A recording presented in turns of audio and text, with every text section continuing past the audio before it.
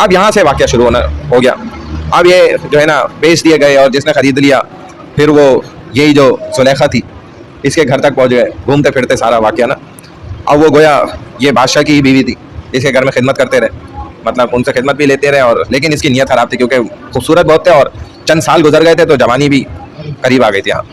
लिहाजा वो जो जुलेखा थी वो यूसुफ अलैहिस्सलाम के हुस्न में जो है ना बहक चुकी थी। बस इसने फिर इरादा कर लिया कि यूसुफ के साथ मैंने जो है बदकारी करनी है, कुछ भी हो जाए।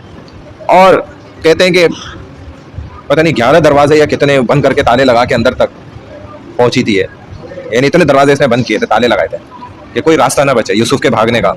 अब यूसुफ अलैहिस्सलाम जब अंदर समझ गए कि ये तो काम ही ख़राब हो गया, ये तो बदकारी की नीयत से इसने तो खुदा की कसम इन्होंने उठाई और कहा कि मैं तो ये काम कर ही नहीं सकता हूँ चाहे तू कुछ भी करे। तो जुलेखा ने जो है ना वो कहा कि भाई आप ये बंद दरवाज़ों से बाहर निकल भी जाते हो तो तुम पे बदकारी का तो इल्ज़ाम लगना ही है। यूसुफ अलैहिस्सलाम ने परवाह नहीं करी क्योंकि ये नबूवत मिलनी थी और नबियों को अल्लाह ने मासूम रखा है। तो यूसुफ अलैहिस्सलाम जो है ना बस अल्लाह का नाम लेकर और बंद दरवाजे की तरफ ही भागे।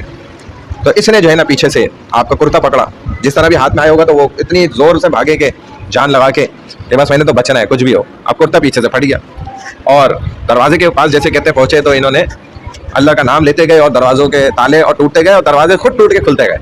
हर दरवाजे पे जो है ना अल्लाह के पुकार किया और अल्लाह ने सारे दरवाज़ों से इनको पार कर दिया। जब निकले आखिरी दरवाजे से बाहर तो अजीज़ मिस्र ही बस वहाँ खड़ा हुआ था।